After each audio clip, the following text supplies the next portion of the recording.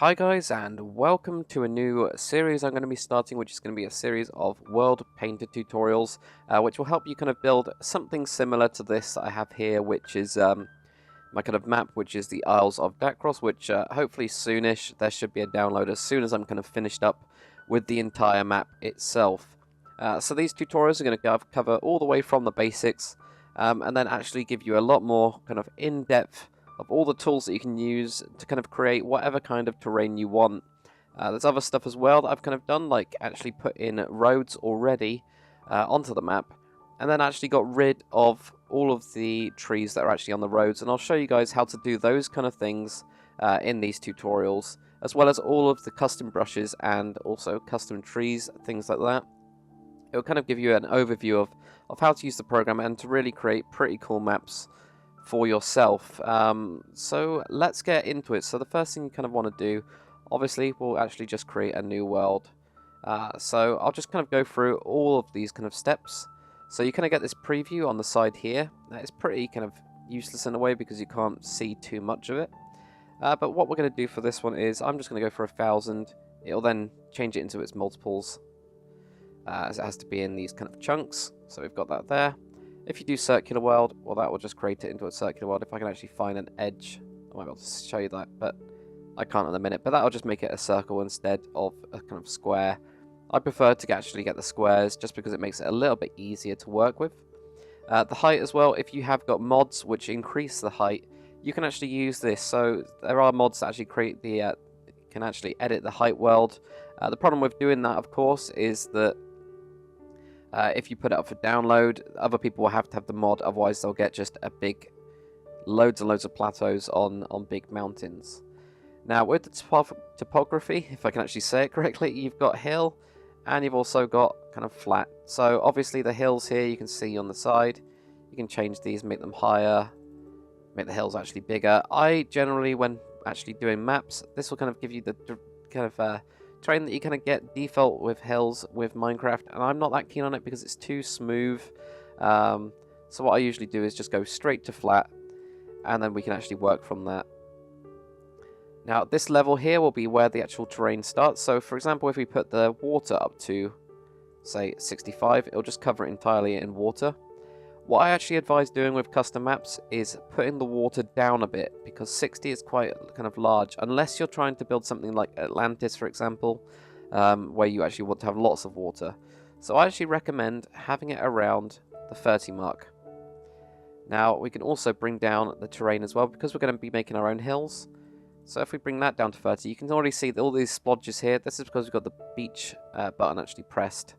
I usually take that off as I put in my own custom beaches, and I'll be showing you guys how to do that. Otherwise you get all of these splodges around, and it can be a bit of a nightmare to clean up afterwards. Obviously as well, you've got water, lava instead of water, so if that's raised, you actually have lava if you wanted to make a kind of a pretty demonic kind of landscape. I'm actually just going to rename this as well to Tutorial World. So surface material. Now, there's a difference between grass and bare grass. Grass will actually already have on it all of the kind of leaves, and not leaves, but all the kind of grass, flowers, those kind of things. And then bare grass will actually be without it. Obviously, you can choose whatever the hell you want. You've got tons. If you wanted a desert, this desert one here actually has things like cactuses and things actually spawning on it.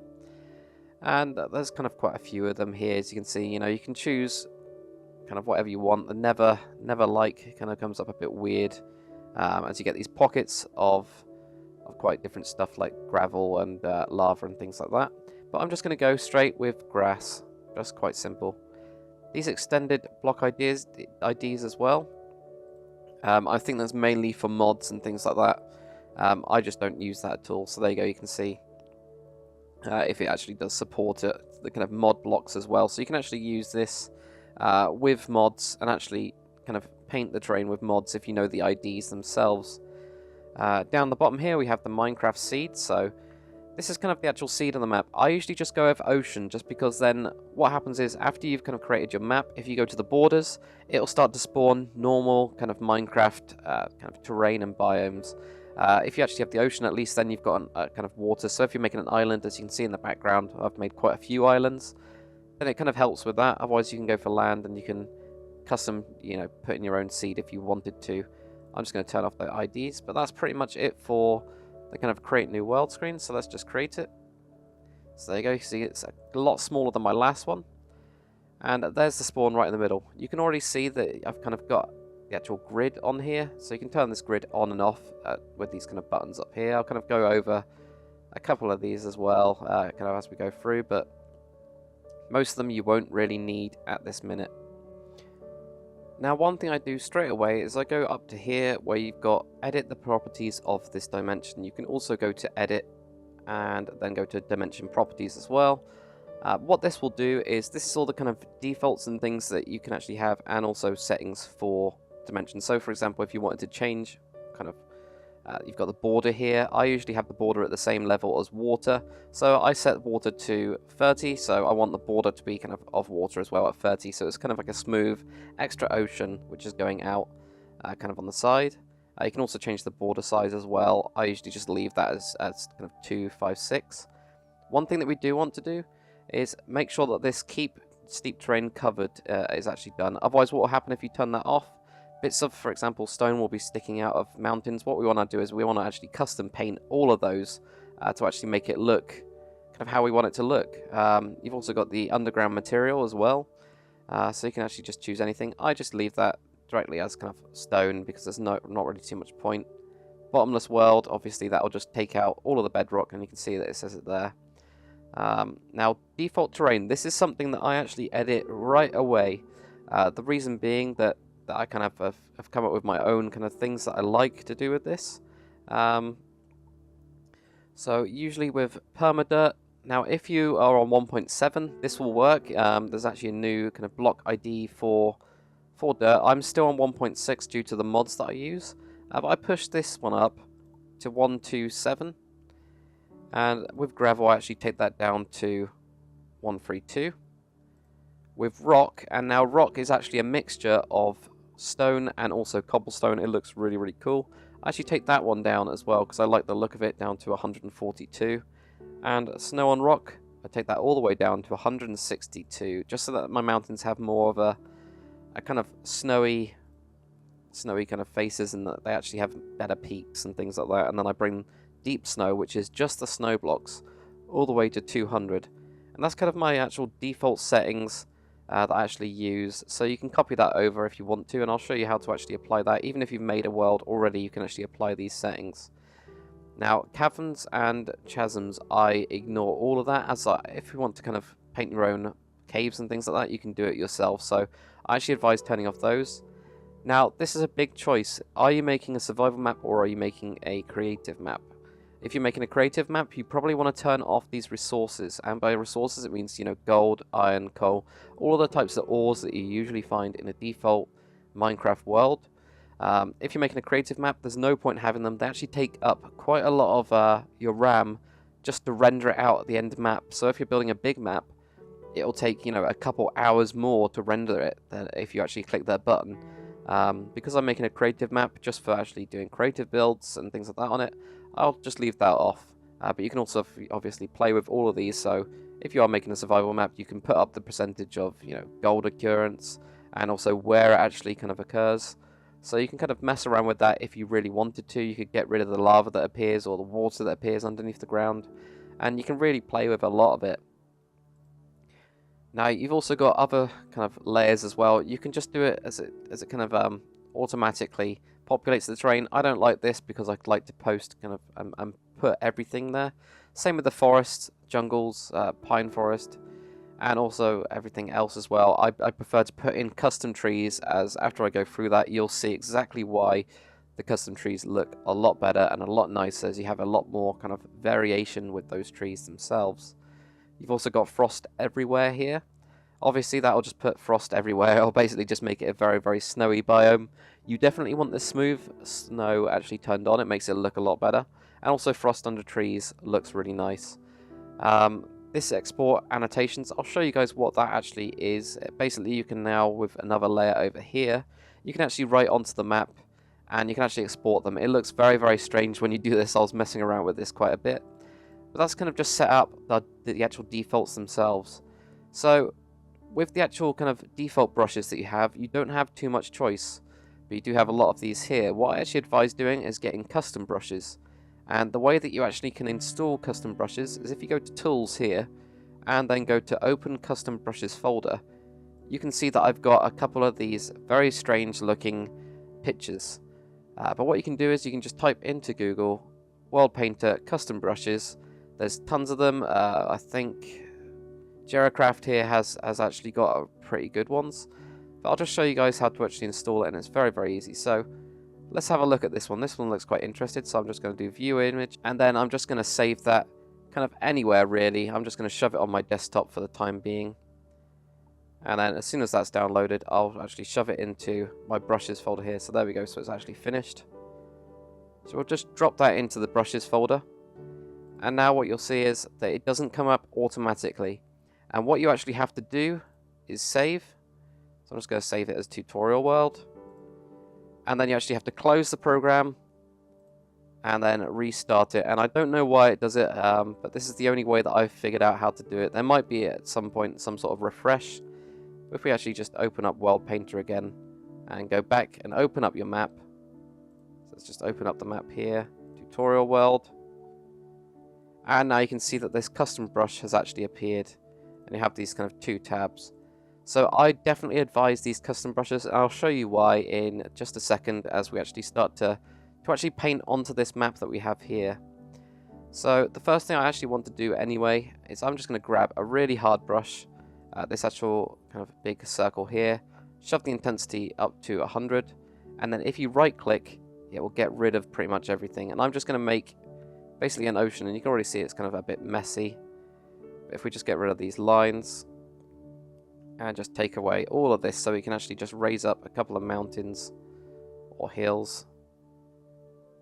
Okay, and almost done with getting rid of all of this. Now this will push it all the way down to bedrock, so underneath the water you actually have bedrock. But now you can actually see that we've got obviously a couple of these tools, and I'll go through what they actually do. You've got these kind of pyramids. I don't use these at all. I don't see too much point in them. But you've got these kind of, both of them, you've got them kind of a diagonal and also normal. This kind of flood we'll actually use later, and the lava flood. You've got raised and lower terrain. That was really important. You've also got the flattened area, and you've also got smooth. Now, this mountain one here, I don't use. The reason being that I'm not that keen on actually what it does. It doesn't look that amazing. But if you go to View and do 3D View, this will actually give you a 3D view of the kind of area that you're doing, and there you go. So I'm just going to lock it so it's on top. So if we actually do something like this with the mountain tool, you can kind of see that it doesn't really look like a mountain. It doesn't look very natural at all. So I'm not really keen on that tool at all. You know, it's not the best tool. But what I'll do is I will actually just quickly get rid of this, and you can see that it's actually pasted this frost layer on as well. And I'm actually just going to get rid of that by clicking on the frost layer like that. So I'm just going to make a normal mountain here using that mountain tool. And you can see me making these kind of small circles to try and make it actually look kind of quite good. And actually I didn't use the mountain tool, I just used the raise, but that doesn't matter too much. We can actually apply those kind of layers that we actually put on earlier. If you actually click on any of the terrain here, and actually right click, that will actually apply the default terrain that we set here in dimension properties. That will actually apply it over this here.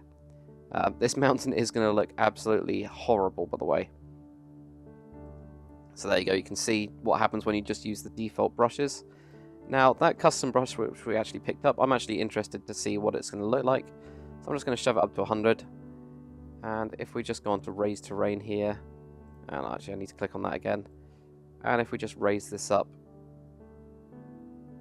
you can see me just kind of going around and going around this kind of side part, and then making it slightly smaller as well. I'm just going to check the kind of heights. We're on 155. You can see the height down here at the bottom. And I'm still going to raise this up a little bit more and try and make smaller circles. And I think we're on about 200 there. So we've just hit the kind of cap. So I'm just going to right click to take it away. And you left click basically to add a little bit more. And I'm just going to push out some of these here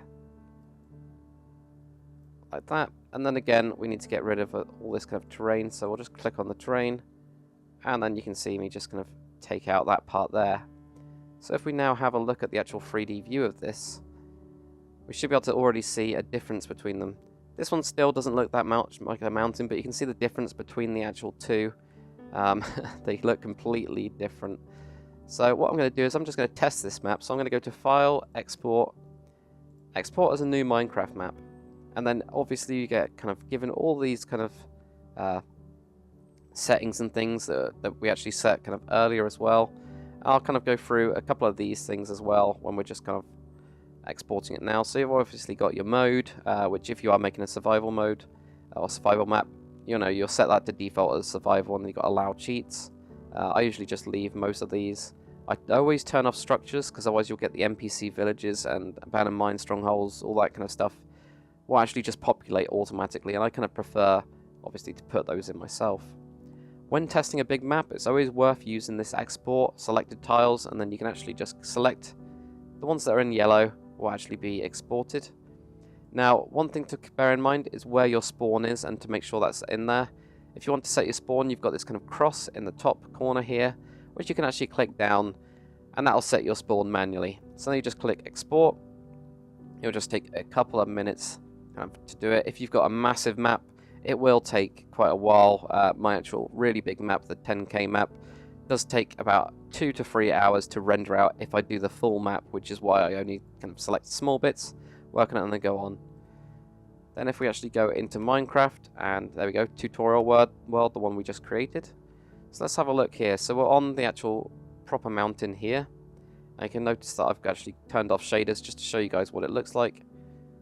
There we go, so that one looks pretty good. It's a pretty massive mountain that we've already created. That really is, but you can see the kind of layers. We've got this grass here, and we've got kind of a layer of gravel. This is the rock layer where we've got stone and cobblestone, and you've got snow on rock, and then we've got the deep snow, and that's why I kind of brought down that deep snow to make it look really kind of capped. But one thing you can kind of notice about this mountain, it looks way too kind of vertical. So we're actually just going to find the other mountain and actually have a look at that one. So the default brushes and why it doesn't look so good. So here we go. So this is what it looks like so far. And you can see the kind of roundedness about it. It just doesn't look that good. And this is why I pretty much never, actually I don't at all use those custom brushes. But you can see the smoothing of the snow at least. And how that smooth snow actually affects everything. But that's it. You can see the kind of dome shape of it is too circular. And obviously as well, we just shoved it straight up, so it's going to look kind of a bit strange. But let's just jump back onto World Painter. So one thing about the actual cliffs that we actually saw of this, they didn't really look like cliffs. So what we're going to do is we're actually going to go down here where we've got terrain. And this is actually the custom terrain tab. And we're going to create our own custom terrain. And you just click on the question mark. And these are actually my settings that I use for cliffs. So you can, if you want to, set a custom color to it. Because they're actually part of the terrain, I actually just leave it so it will actually populate with the colors of the blocks. But the first thing I want to do is for cliffs, we need some stone. So we just put in stone there. We can then do add material. This will just add a new material.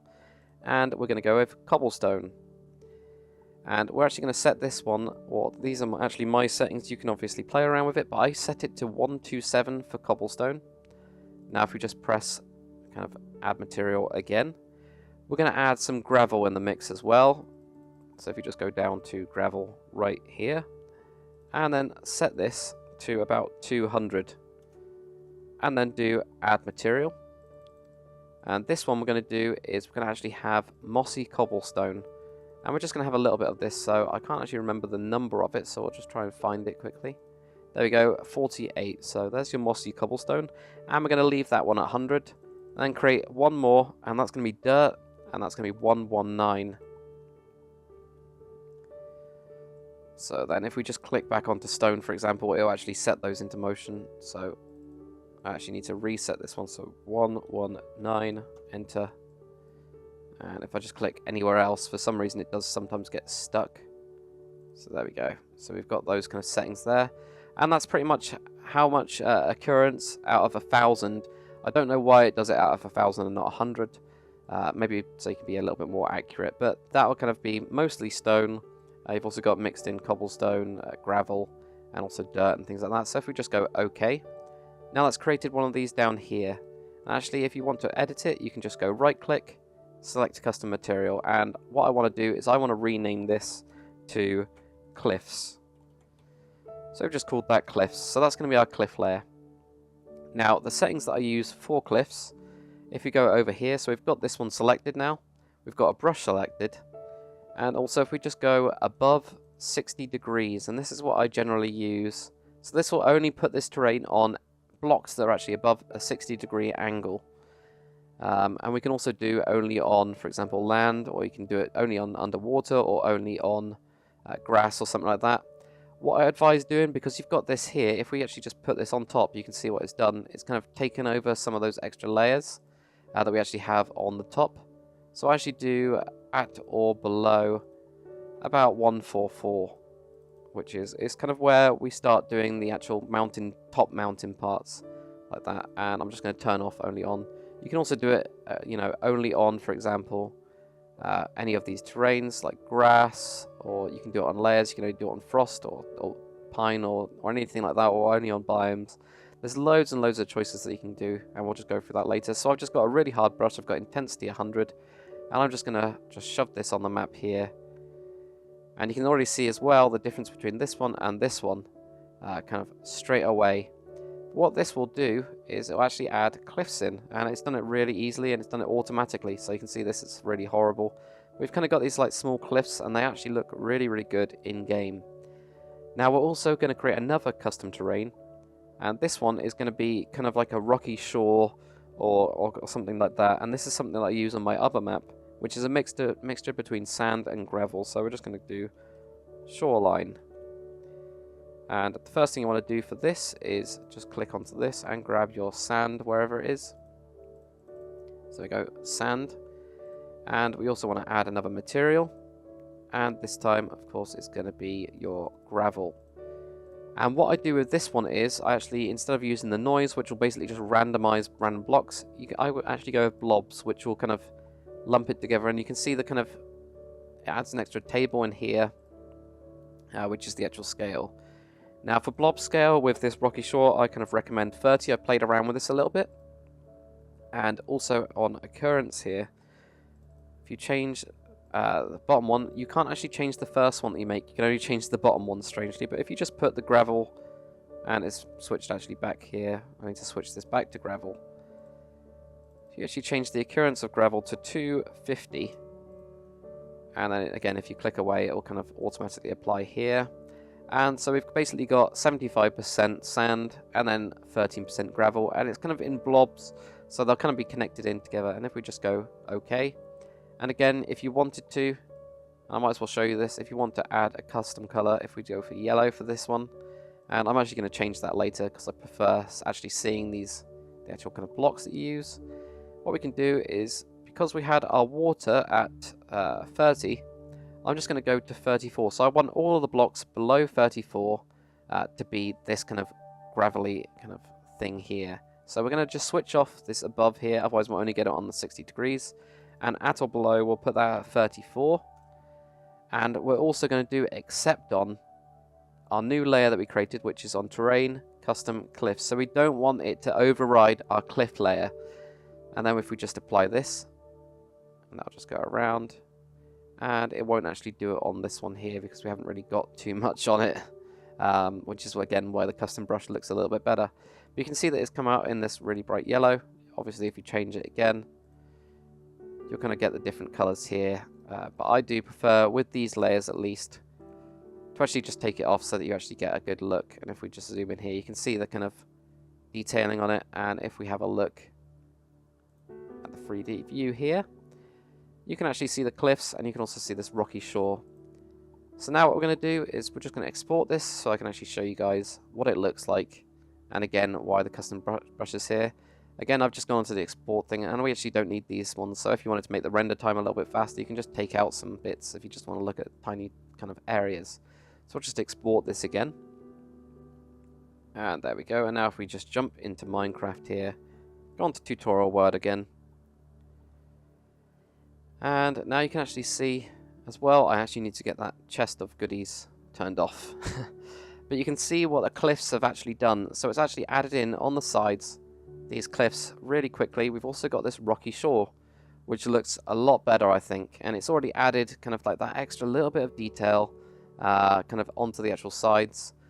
As well, you can actually see that it goes all the way down. So I usually apply another filter and actually get, you know, below 30, well, probably about below 20. I'll just do dirt so that it gets really dark. But you can see that kind of how it actually looks really, really cool. And how it actually works up the mountain. So where you've got these kind of really harsh faces, it's kind of made them really cliffy. And you've still got the grass kind of poking through as well.